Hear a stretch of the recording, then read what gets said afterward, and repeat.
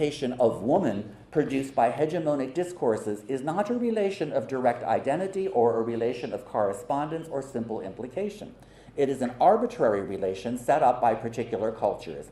I would like to suggest that the Western feminist writings that I analyze here in this essay discursively colonize the material and historical heterogeneities of the lives of women in the Third World, thereby producing or representing a composite, singular Third World woman, an image that appears arbitrarily constructed but nevertheless carries with it the authorizing signature of Western humanist discourses, end quote. So it's very important not, and of course in this essay, she talks about the veil and about veiling, which is also very interesting because she says that many Western feminists will see the veil as a sign of oppression.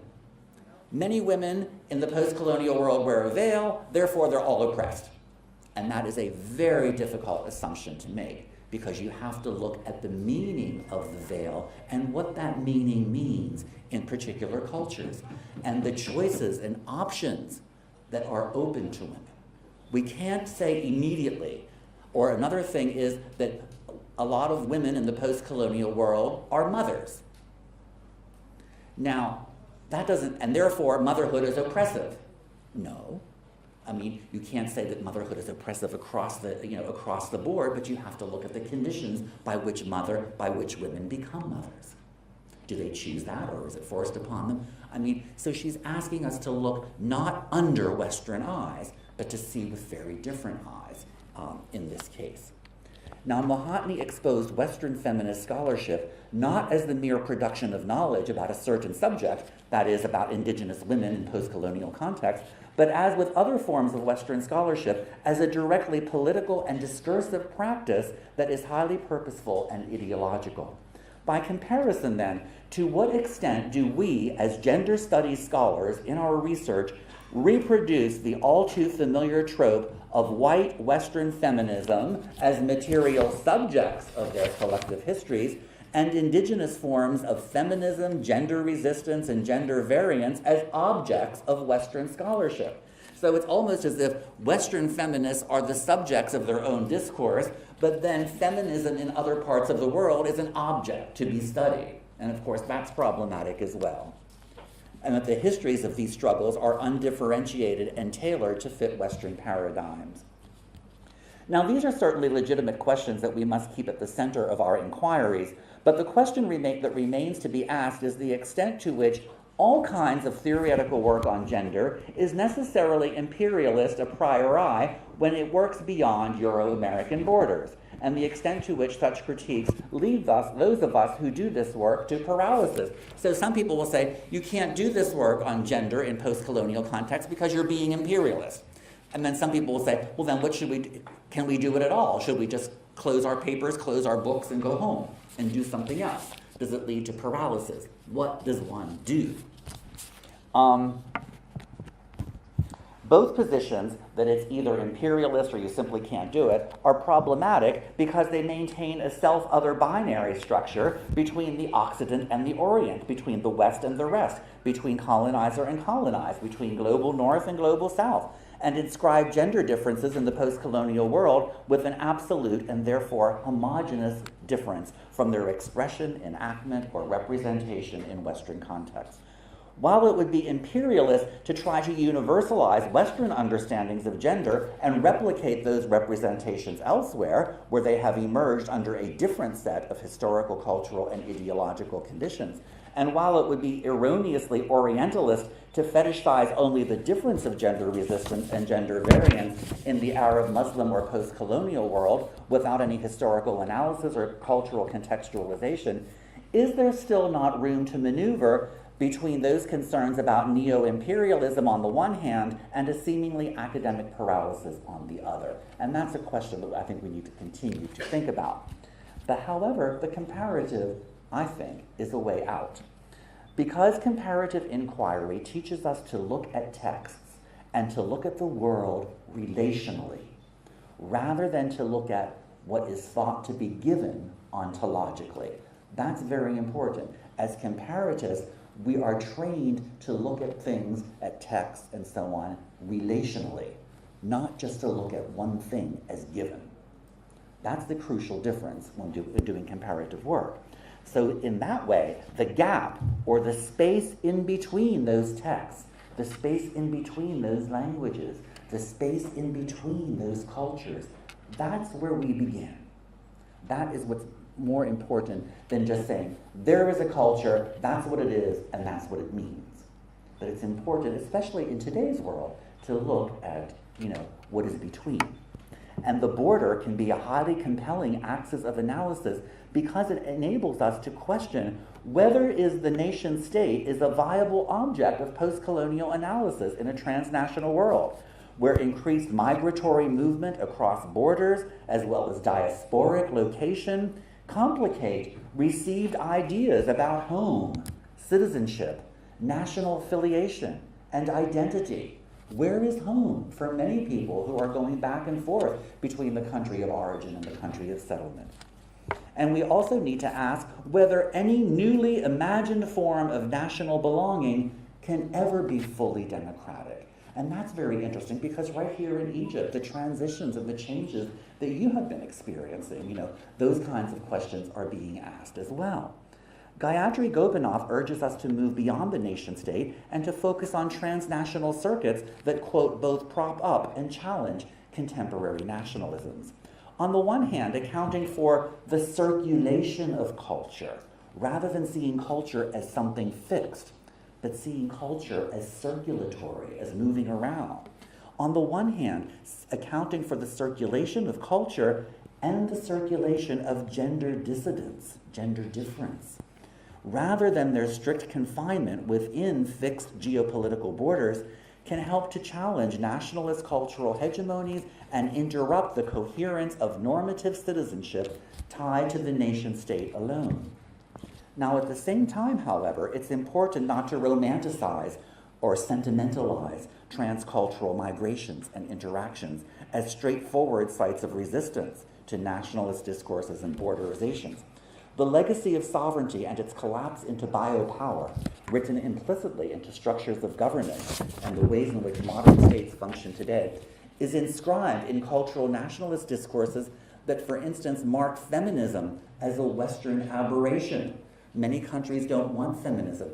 That's not part of our culture. That comes from the West, Or, that feminism is an aberration and is alien to indigenous cultural traditions. But we also see it in the West when we look at neoliberal punitive immigration policies in former imperial centers, like in Europe, where indigenous subjects from the former colonies emigrate, but encounter the challenges of assimilation, linguistic and cultural divides, race and class differentials resulting from post-colonial and post-immigration conditions in Europe.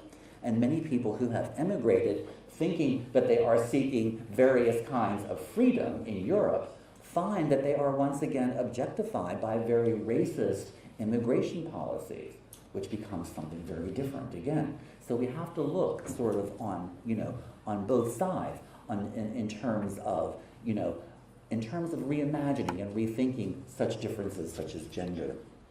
Thus, border crossings must be understood as critical sites of cultural renegotiation, as sites of supplementarity, and as effects of biopower, rather than confined simply to the standard center-periphery binary. Likewise, hybridity in cultural translation must not be seen as the effects of border crossings, but as possible forms of resistance and further imbrications within various forms of the instrumentalization of human existence, made necessary by a reconfiguration of the governance of populations, labor, production, and consumption, and as conditions of history and culture. In other words, the question that we need to ask, is any cultural system purely only itself and none other? And I think that's an important question that we need to ask. Is any cultural system only itself, completely autonomous and separate from everything else? And I'm interested in looking at the connections. Now, that's the end of the theoretical part of my paper. I hope you're still with me. I'm now going to get to the text, so I hope it wasn't too much. Now, the Maghreb is socially and intellectually a compelling area for comparative inquiry because feminist writing there has located sites of cultural struggle and resistance in the interstices, in the gaps between multiple languages and cultures, well before the Arab Spring movements there for democratic change in the region. Many people think this is a rather new phenomenon, but feminist writing has been writing for at least 30 years or longer about struggles in the Maghreb, gender struggles. This points not only to the importance of a more political comparative praxis and the need to examine gender differences and the indigenous cultures from which they have emerged relationally, rather than as self-contained and autonomous.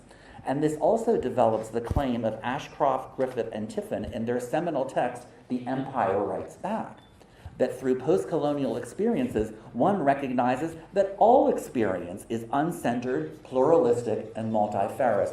We tend to think in the West, after deconstruction and all of this business about fragmentation of the self, that we discovered it somehow in the West. But in post-colonial experience has always been fragmented, has always been split and divided, because that's the nature of post-colonial experience between the West and trying to also preserve one's indigenous culture, one's indigenous languages, one's indigenous religions, and so on. Keeping this in mind, what can contemporary forms of feminist writing in French from the Maghreb, alongside the recent and ongoing political shifts in the region, tell us about the rupturing of gender hegemonies through the mediation of cultures? And that's what's important, the mediation of cultures. Where is the point where various cultures touch? And that's what I'm interested in with the borders and so on. A very vibrant tradition in the Maghreb of feminist writing in French, especially in Algeria, emerges within and is not separate from existing social formations such as the purdah, the separation of the genders. And that's where many feminists begin, with those social structures. If men and women are sometimes separate, then looking at those spaces where women are together becomes a feminist space. So yes, this very vibrant tradition of feminist writing in French, especially in Algeria, has emerged within and not separate from existing social formations, and has attempted to blur the generic boundaries. The boundaries of genre in literature are also blurring between personal autobiography and history, acting as a strategy for interrupting and rewriting colonial as well as post-colonial history and attempts by cultural nationalists to replace one history by another.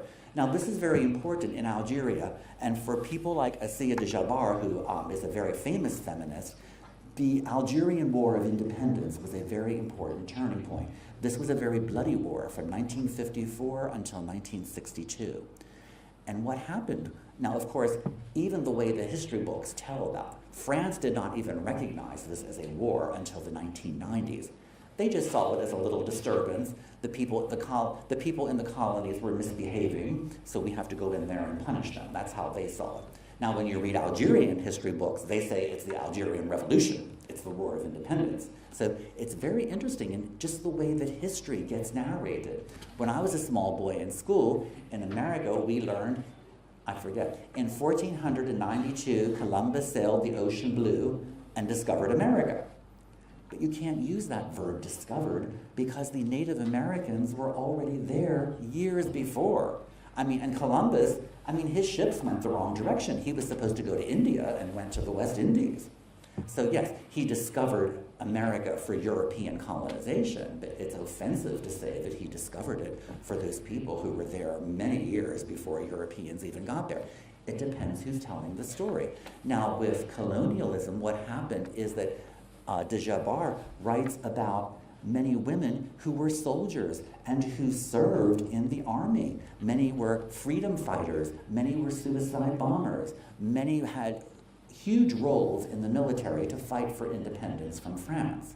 However, after independence was won, women were put back into their traditional roles and forgotten about and erased from the history books. So what Djabbar is trying to do is to reclaim that history. So she's working between the literary boundaries of history, because history tells one story, and we know that history is not a narrative of the objective data of the past, because it depends on who. History is a text, it's a narrative. It's got point of view, like any text, okay? Yes, which doesn't mean that we can't know anything about the past. I mean, there are some historical facts that we can, but it depends on who is telling the story. And in Algeria, it was mostly men who were telling. In the colonial period, they told a certain history. These people are uncivilized, we must go in and civilize them. Not quite like that, but that's the summary. Okay? Then the post-colonialists came in and told a different story about the struggle. Oh, we were strong and we fought off France and all of that. But the women's stories were completely erased and they were put back into their traditional roles. So Djabbar is trying to collect the stories of women who survived and who knew about, who had a role. And she takes history, and then she takes personal narrative and life writing and interrupts those stories. So the boundaries between genre, between history and personal writing, there's another border that's breaking down. Okay, now Françoise Lyonnais refers to this process of negotiating between so many languages, cultures, and histories as métissage, which is a French word. It means mixing, a braiding of a different variety of cultural forms, racial, gendered, historical, geographical, and linguistic, through the simultaneous revalorization of indigenous traditions and a reevaluation of Western concepts and ideas. Now, the work of the late feminist writer Assia Djabbar is often double-voiced.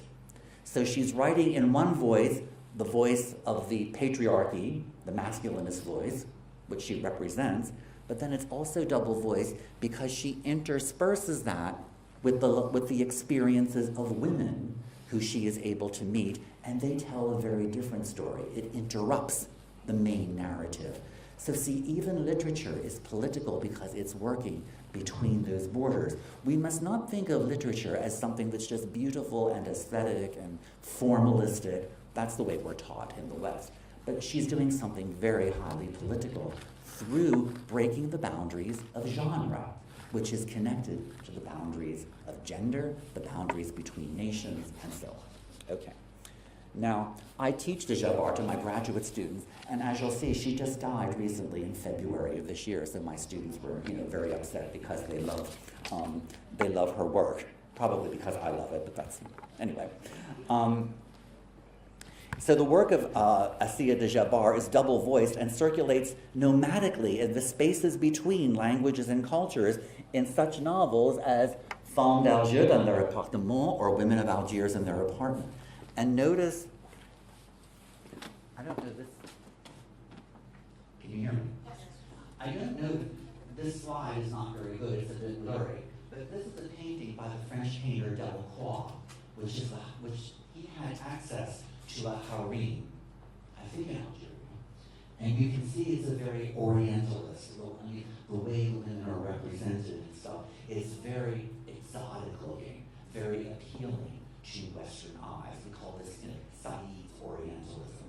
So she's also dealing a little bit about that with here in the harem with the sequestering of women, women's social and cultural confinement. So that's one of her main texts, Femmes d'Alger dans leur appartement. She wrote another one, L'amour, la fantasia, as well. Double-voicedness is especially apparent in this work because the veil, now she also writes a lot about the veil, and she writes it as a polyvalent symbol rather than the veil carrying a single meaning. So it's almost like a response to Chandra Talpade Mahatma. The veil can serve as a visible border, she says, to separate men and women spatially, but it can at the same time liberate and break down the public and private border so that women in Algeria can claim the public sphere with impunity and without recognition by other men. And when you're wearing the full veil, a woman from Algeria in London told me, well, we don't get sexual harassment because you can't see anything. We're completely covered. But also, she says, there's a subversive discourse around the veil from the way the heads will nod toward other veiled women to the ways in which the veil is continually moved and shifted and adjusted. There's like a code there, that is absent or not visible. Far from being only an oppressive symbol, the veil can be put to strategic use. And she writes, can we have the next? Now this is in French, and then I'll go to the English one. Is it all right to read the French, or do you prefer the English? You want the English one? Okay. Here it is, the English one. We aim to please. And she's writing about the women. She says, and these same women, present, chanting, whispering, leaning their heads toward one another, arranging their veil with deliberate, sharp little gestures, causing the folds of the fabric to ruffle under their heavy thighs. So that's one way of looking at the veil. Now, that doesn't mean she's saying that the veil is always wonderful and it's always, because in other places she said the veil can be a moving harem. We used to have the harem, and she says that in some cases the veil can be a moving harem, which is a form of social and cultural confinement. But it's just that you move around in it rather than being confined to the harem or to the appartement. Okay? So she has lots of different interpretations of the veil because she's not imposing the meaning. The meaning is coming from the women that she is working with, which is something, it's coming from their voices within the text. Okay?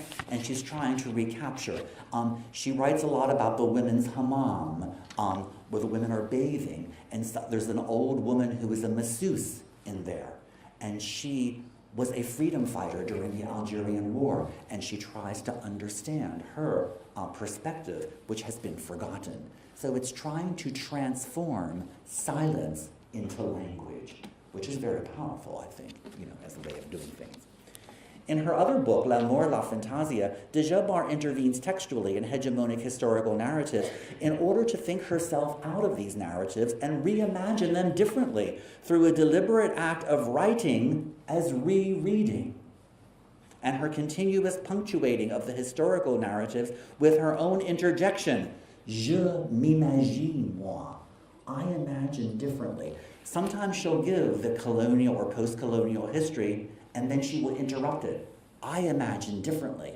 And then she will start to tell one of the stories of the women from the hammam or wherever she can find, and that will interrupt the dominant narrative. So she's blending, like métissage, the dominant historical narrative with the experiences of women that have been forgotten as a textual strategy. This in-between space, this in-between narrative space of the interdit. Interdit can mean between the lines, but in French, interdit also means interdiction, what is forbidden. So she's playing on that as well. This in-between narrative space of the interdit, women's muffled, whispered, or sometimes screamed defiance, emerges into a feminine tradition and is also an interdiction, expressing itself in between the lines that have been imposed by colonial and post-colonial patriarchal languages. At the same time, French is used strategically in Francophone women's writing in the Maghreb to express such ideas as gender insubordination, which may be more taboo if it's expressed in Arabic. So this is one of the reasons many of these writers are sort of being criticized. Why are you writing in French? That's the language of the colonizer. But there are very strategic reasons for doing that as well. Now we must remember that what is being critiqued here is not men. And we were talking about this yesterday as well. It's not about, the men or the enemy. It's the regime that's the enemy. There are some good men out there. And I was telling Professor Heykel that my neighbor across the street is a music teacher, the husband, and he teaches and finishes his work very early. His wife works in the City of London, which is the financial district, and she has to work very long hours in banking and finance. And he gets home earlier, he picks up the kids from school, gets them ready for dinner, cooks the dinner, has the dinner on the table. The wife comes home, he takes off her coat, takes her bag, pulls the dinner table, the table is set, pulls out the chair, she sits, the candles are on the table, the children are seated, and I'm like looking out my window, rubbing my eyes like this because I can't believe it. And I thought, oh my goodness. Then I told my neighbor behind, I do other things, I just don't gossip with my neighbors. But I told my neighbor who lives behind about what I saw. And she said, oh yes. And then she heard that he was at the pub the other night with his friends, and that it was he said he had to leave early. I have to go home early. It's my turn to give the kids their bath. And the friends were saying, oh, you can't do that. That's your wife's job. Stay here with us and have a drink. You know, who wears the trousers in your family, his friends said. You know, so see, even very good men who want to change things have this terrible peer pressure to keep the gender lines in balance. But see, it's very important. Feminism is not about your biological sex. Feminism is about your political, it's in the mind. Men can be feminists. I'm a feminist, okay? It's not about, you know, shaming men. And also some women are very much in favor of patriarchy because it has served them well. True, yeah. I mean, so you can't go by biological sex. That does not determine feminism, which is a political position. So I also wanted to say that because I have to tell this also to my male students who take classes with me on this because they're afraid that they're going to be threatened. And it's not about individual, which might be a good thing sometimes to think.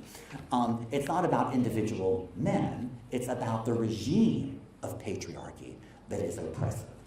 Okay.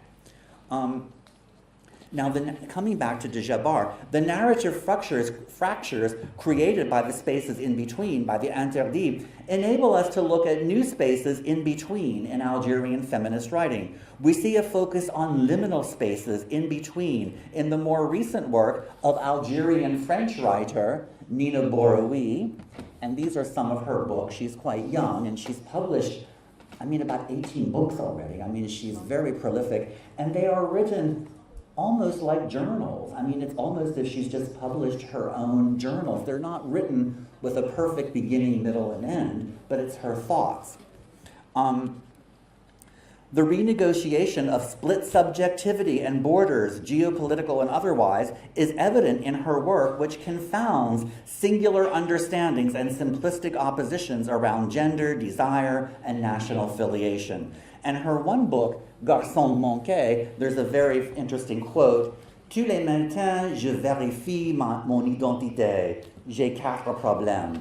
Française, Algérienne, fille, garçon. Each morning I have to check my identity. I have 4 problems. French, Algerian, girl, boy, what am I? She's musing. And of course, she is someone who grew up in Algeria and then moved to France. Okay, so she said, am I French? And goes back and forth. That's why I'm interested in the Mediterranean as a zone of crossing back and forth. So she goes back and forth. And then she says, fille, garçon. In Algeria, she was very outspoken and very independent. And people were telling her, you're supposed to be more submissive, more subordinate. You're acting too much like a boy. And of course, this causes confusion, and it's not so much about her biological sex. Yes, she's female, but her gender. And of course, she wants access to the masculine world, which was, denied her, which is denied to a lot of girls through education and through lack of education, through the withholding of education in some places, and so on. So she sees herself between these different national borders as well as between the borders of gender. An emphasis here on border encounters, crossings, and forms of cultural mediation between Northern Africa and Europe, as well as between the binaries of gender, necessitates not only a challenge to the homogenizing impulses of post-colonial nationalism in the country of origin, and a questioning of an imagined or fully integrated Europe, but cultural translation operating as a strategy of agency and resistance in the spaces between two totalizing cultural worlds. So that's very important because, it's not only about trying, you're looking between the post-colonial nation, which has a very definitive view of what it means to be a member of that nation, and then you have in Europe, people think, where everything's unified, we have so many different people and so many different cultures. Well, that's the idea, but that's not the way it always works, in everyday practice. So you have these two very different poles going on, but cultural translation, which is happening here, trying to think herself out of these categories, and she uses her writing to reimagine these categories. I would also now like to link de Jabbar's text, Femme d'Alger, with her other recent work emerging in French from the Maghreb. De Jabbar is very much aware of biopolitical strategies of masculine power that have silenced women's voices, both in the colonial and modern post-colonial history, particularly with regard to the latter, which according to Zahia Salhi, quote, has glorified manhood at the expense of sacrificing women's place in Algerian history and society and severing their voices, end quote. In addition to blurring the boundaries between history and personal autobiography as an attempt to recover Algerian women's silenced voices, as well as her own, many of the narratives in Femme d'Alger take place in the women's hammam, which is not only a gender-exclusive space, but one where the female gaze is focused on female bodies in the absence of the male gaze. So that's why she writes a lot about the women's hammam. Do you call the hammam the same thing here? Yeah. She writes about the women's hammam a lot because it's a gender-exclusive space. Now, here is a very long quote in French, but maybe we can go to the English one, which is after. Yeah. Yes. Now, maybe can you read that? Okay. Do you want me to read it? Maybe just take a second to read it quickly to yourself. I need to catch my breath for a moment.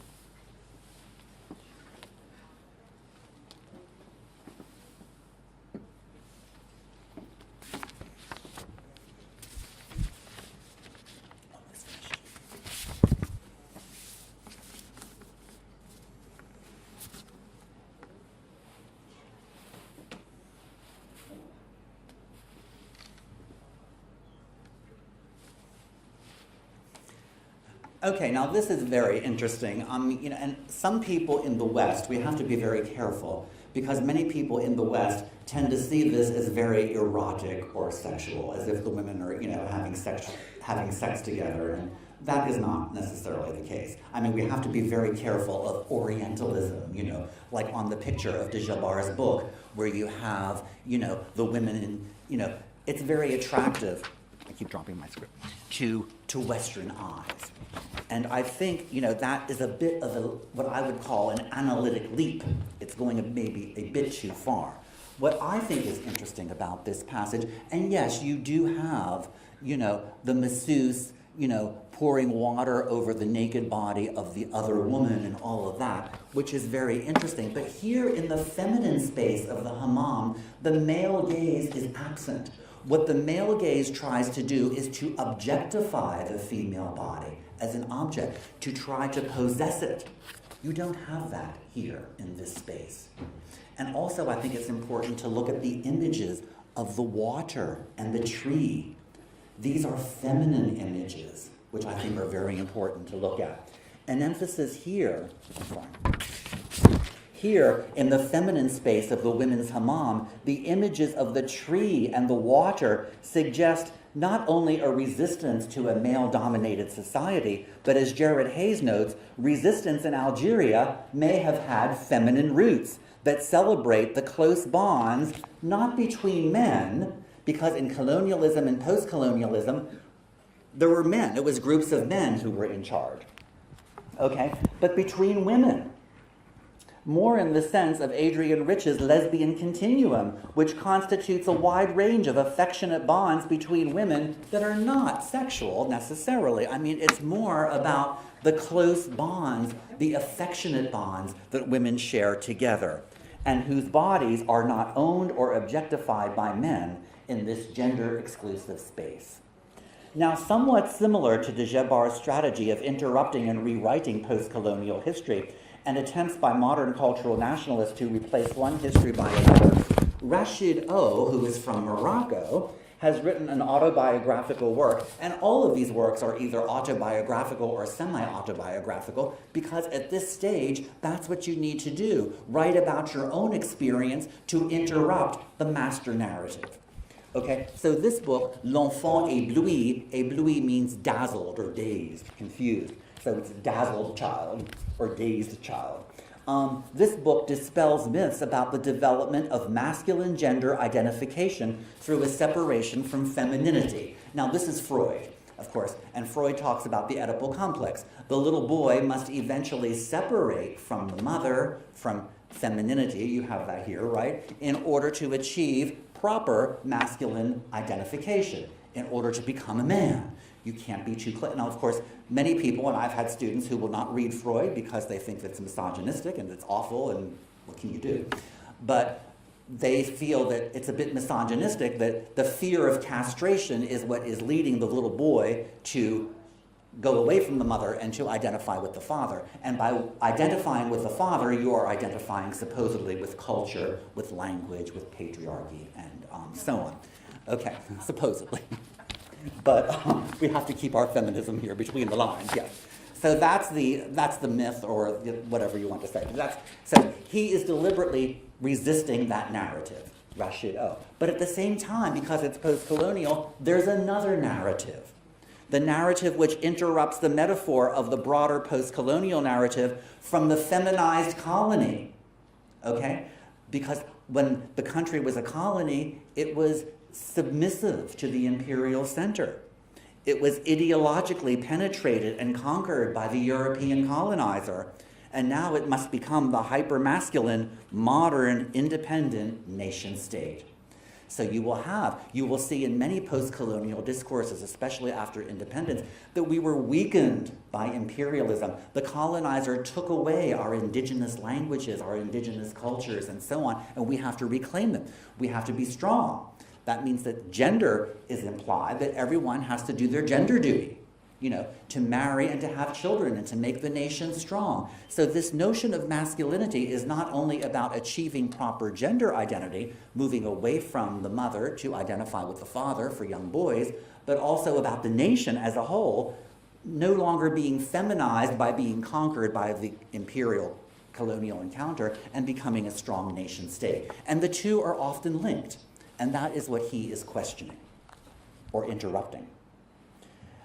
Now, he also writes about the women's hammam, which I find interesting because this is much later than de Jabbar, and I often wonder if he had read de Jabbar and used her as an intertext. Now, he also writes about the women's hammam as a feminine space.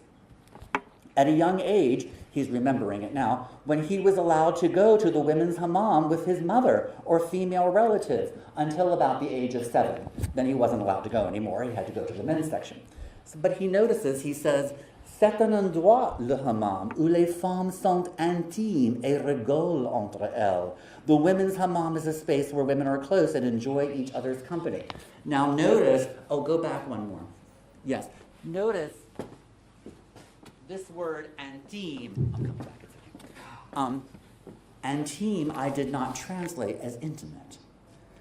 Deliberately, we have to be careful, because in English, intimate can also imply sexual.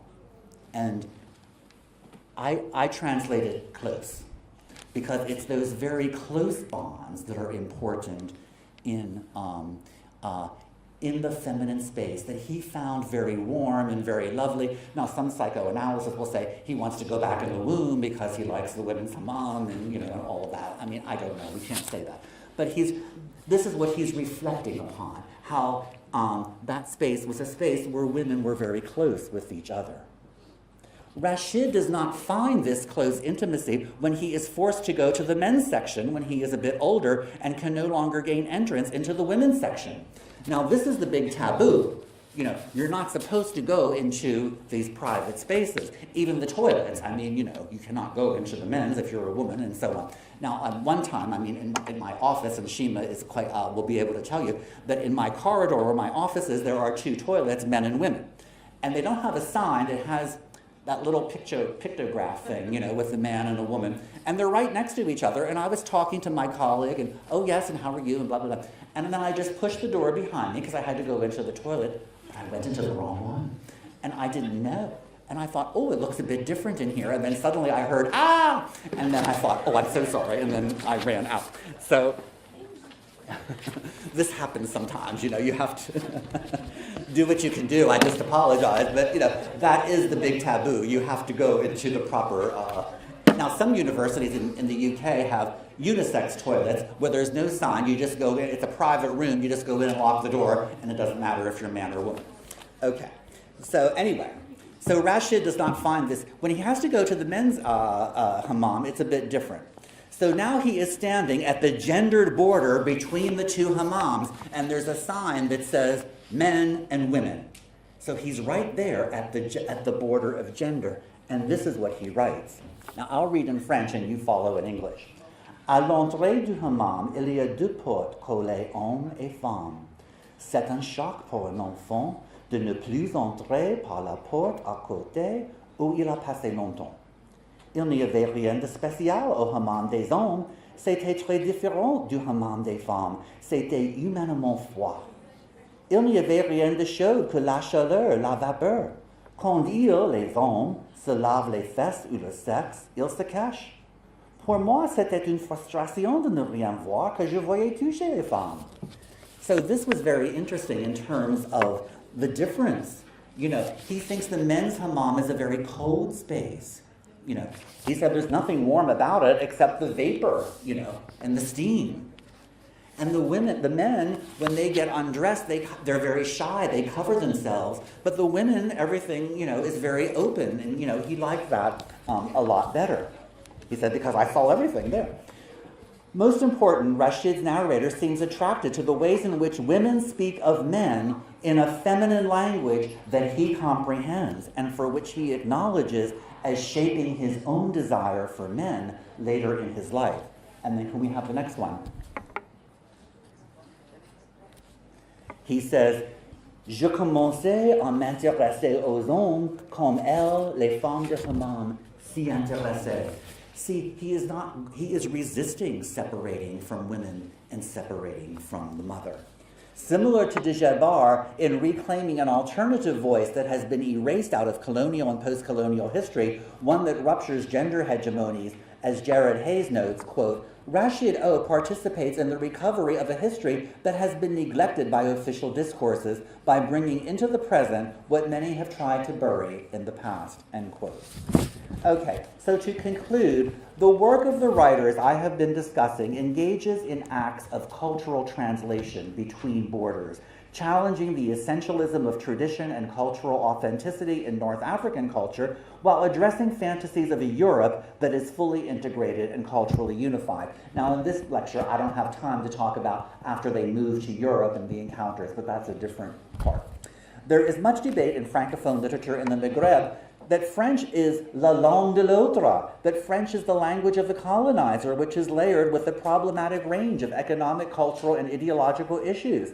Can alienation, difference, and exile be expressed in the language of the colonizer?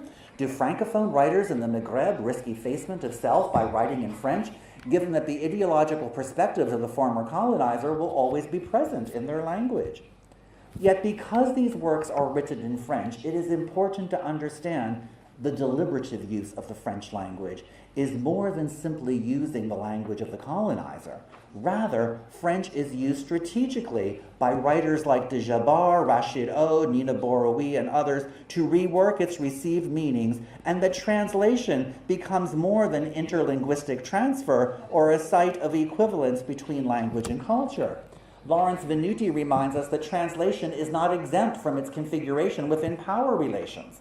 So translation is also political. The choices that the translator makes is also very important. Translation is not simply a mere reflection of one language to another or one text to another.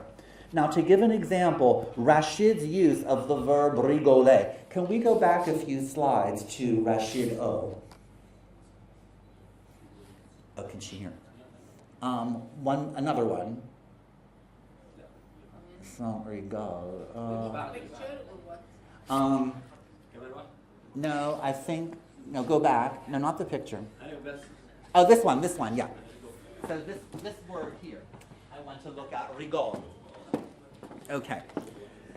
Now his verb of the French, the infinitive is rigoler, to describe the very close bond between women in the hammam.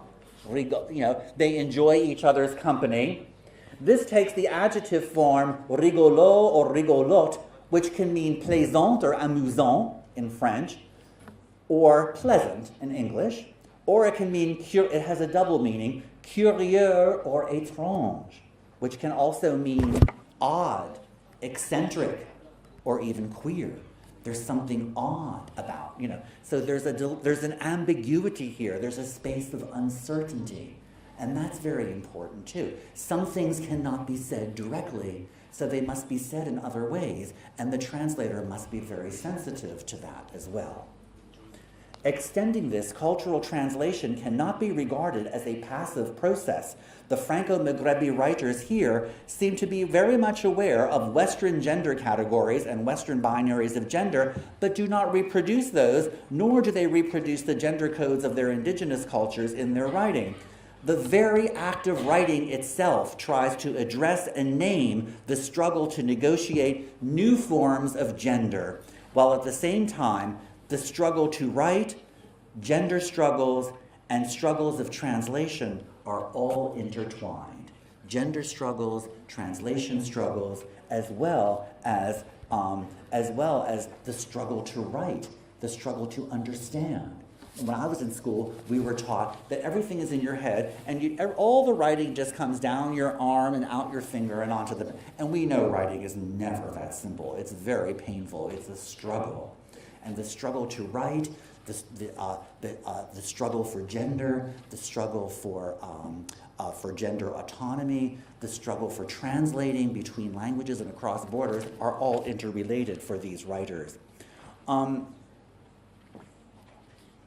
Translation becomes a struggle in the production of meaning, not simply embedded in or reducible to the original text, but calls into the question the gendered relation between the original sovereign original text, which is seen as very masculine, and the more feminized, more peripheral translated text, and the impossibilities of translation as pure fidelity. So there's even a gender relation between the original text, which is very masculine and powerful, and the translated text, which is seen that you have to be fidel, you have to be submissive, you have to be true to the translated text. But some translators don't do that. One time I was in South Africa, and there was a translator, there was an African writer, Ngugi, who had lost his voice. He had pharyngitis, he couldn't give his paper. So the translator spoke for him, was a woman. And she said, what do I do if I find sexism in Ngugi's writing? She said, I change it. And he was on the stage, but he couldn't speak because he had laryngitis. And he said, whoa, whoa, whoa. And then she just went right on. And she said, the translated text is not the same as the original text. And she told him right there. And it was so funny because he couldn't argue, because he couldn't speak. He lost his voice and had sore throat. So the translated text is not dependent on the original text, but formulates a brand new text. And that's important too. This calls attention to the performativity of translation in much the same way as Judith Butler has written about the performativity of gender. Given that gender performativity is, quote, the repeated stylization of the body, a repeated set of acts within a highly rigid regulatory frame. So this is a form of embodied translation. So Judith Butler is saying that your gender is not reducible to your biological sex. Gender does not come from the inside, it comes from the outside, from social norms. And she gets this from language. Now, a lot of you are students of language. Did you study Saussure? With langue and parole, and langue is that entire system of language, all the rules of grammar, all the vocabulary, and parole is what? The individual utterance. Like my little lecture can be an example of parole. Similarly, with gender norms are like langue. All the possibilities of gender, masculinity, femininity, everything. And each time we embody the gender norms of masculine and femininity, we are interpreting, we are translating, so that gender is a form of embodied translation. Gender performance is like parole. Each time we embody the gender norms. So gender and translation are quite similar. Gender is an embodied translation of social and cultural norms, not a mere copy of normative gender that is assumed to be original. Just as translation is never reducible to the textual body of the original text. For now, seeing the world from a position of the point where various cultures touch, from a position that is more oblique, less straight, less centered, and located in the liminal spaces between invented borders, may be a space productive of new thinking in the struggle to shift or to name one's shifting and varied relation to African cultural identity, national and regional belonging, language, and the world, while the very shifts and movements themselves may give voice to struggles for gender autonomy as a viable praxis of decolonization in the contemporary world. And I think I'll stop there. Chokra, merci, thank you very much.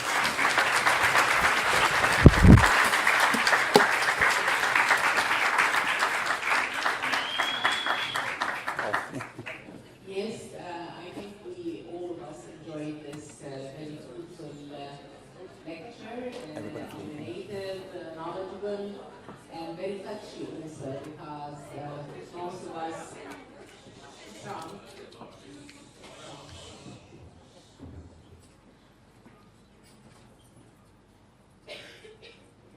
And this is a good chance for some of our students who would like to continue their postgraduate studies to catch with this topic or these topics that Dr. William has expressed and spread in this fruitful, again, knowledgeable, illuminated lecture.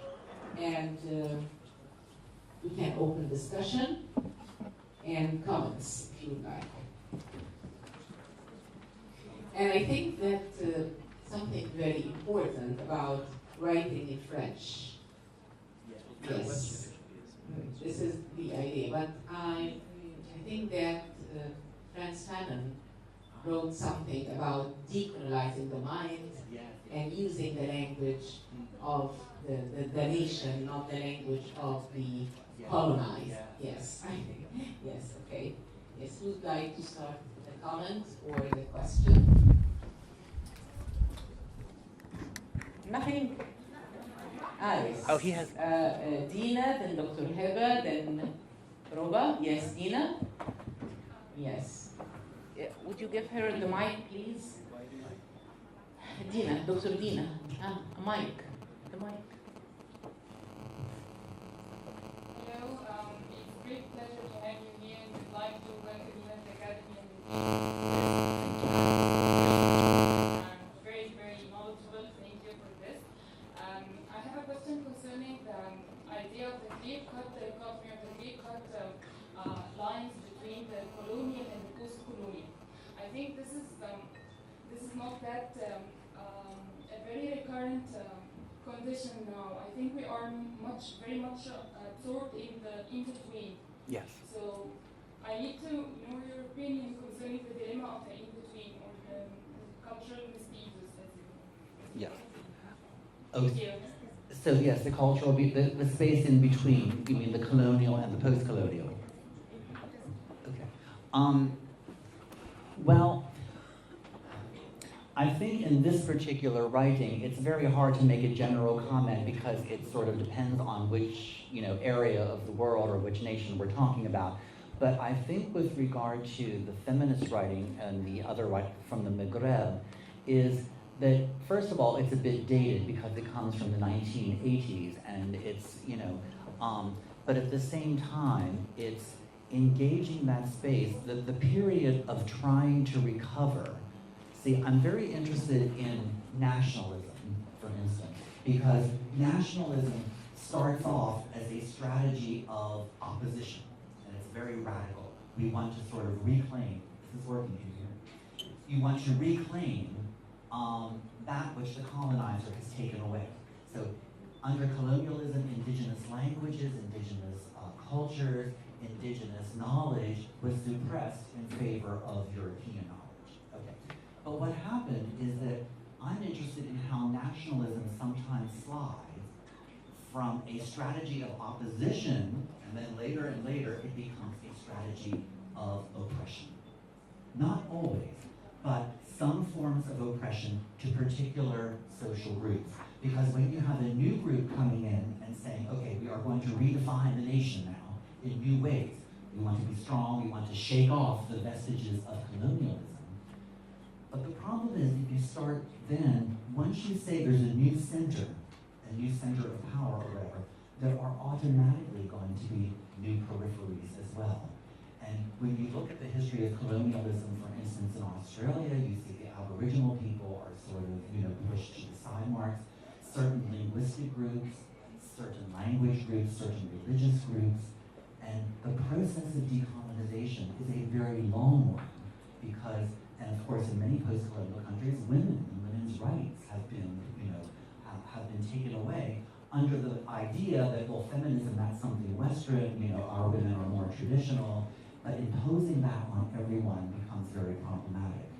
And so this was the struggle that because in Algeria so many women fought and died for the nation, and that got completely erased out of history, there was an act of reclaiming that. And now it is very interesting because a new generation of younger writers are asking for more gender autonomy, and they're also asking for more sexual autonomy as well, in terms of the wide variety of possibilities that are allowable to them.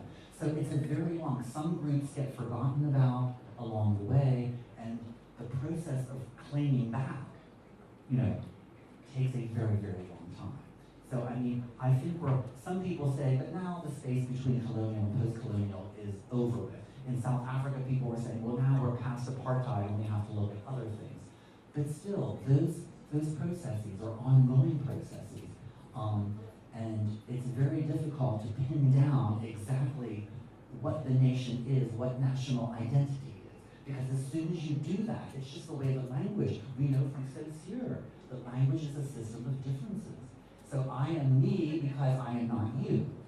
But see, those binaries are put into language, and I think what these people are trying to do is to think themselves out of those kinds of linguistic structures. So does that answer your question? Yes. Okay, thank you. Thank you. Who would like to ask? I was wondering if you was asking about gender, not the colonial and post-colonial. You are still interested in politics. Although all the lecture is about gender. All the lecture is about gender mainly, yes. Dr. Hiba, yes. Okay, I'd like to welcome you, and we had a beautiful lunch, and we enjoyed the view of Egypt from the tower. Okay, the tower of defiance, as we called it yesterday. I have just two comments about the using of a lingua franca as the writers. I think it's much easier for them to express their opinion and their point of view, especially if they are talking about taboos.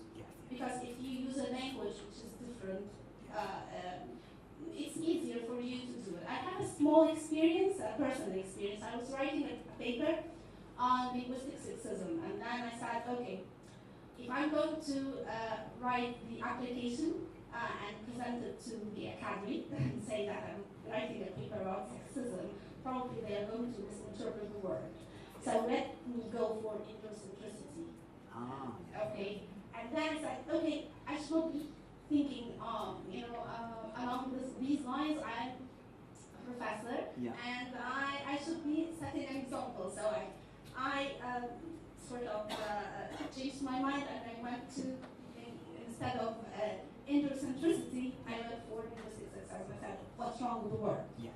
Because it's misinterpreted. I think it's said in English. Yes. I think they went for an easy way in order to express themselves. And my other comment is that what you said about women and their struggle, and then they are completely forgotten from history, it's really happening here in Egypt. During the second wave of the revolutions, the 30th of June events, we were there in the forefront. We were leading, and the media coverage, we were invisible. Right. So because history is written by men, and in this case, the media coverage was written by men. They are the symbolic elite who control what we are said, what is being said, and from which point of view. So I think we should go, my colleagues, we should start to write something about this. Let's call it, let's be invisible no more. Invisible, Invisible No More is a very good strategy, I think, for doing that, because the media is often more powerful than governments. I mean, you know, because there's a politics of representation there, and only certain things get represented. Even though women were at the center of those struggles in Cairo, here in Cairo, you know, the way the media was covered, it was almost as if they weren't there at all. So this process of recuperation of voices is important because there is a historical record that will be left behind. And it's very important not to be able to get on with our lives and not have to go back and correct everything that got misinterpreted. And it's an extra burden that's placed on people who are in marginalized groups because you have to constantly correct all the misreadings and misinterpretations, plus you have to do the necessary work that was done in Tahrir Square and other places, you know, at the same time. So it's an extra burden. I think you're very right about things that are taboo or using, and when you have many languages at your disposal, and this is what I'm very worried about because in the West, particularly in England and the United Kingdom and in America, we are becoming a very monolingual society, which is very sad. Because the more languages that you have at your disposal, the more tools you have for writing strategies and for crossing languages and for saying things that, you know, as a strategy that you may not be able to say otherwise. Yes, I think this is one of the main issues that your societies lack. Yes. That you are interested in languages like English or French. Yes. So you read about this, you study this, and you get all what you perceive about the culture of the those people from Morocco or from Maghreb or from South Africa. But it is completely different, for example, from people in the Mediterranean, from Egypt, from the Sudan, from the Saudi Arabia, because this is another culture. And if this culture is written, or there are a number of women writers in that countries, but they write in their own language, they write in Arabic. And the translation, or the, for example, the AUC has a big place for translation, and they choose only the things that would flatter the West. The things that would suit the ideas of the West about the women in those places. So I think that we can have something in this that we can translate, we can help to transfer our culture, our production to the others.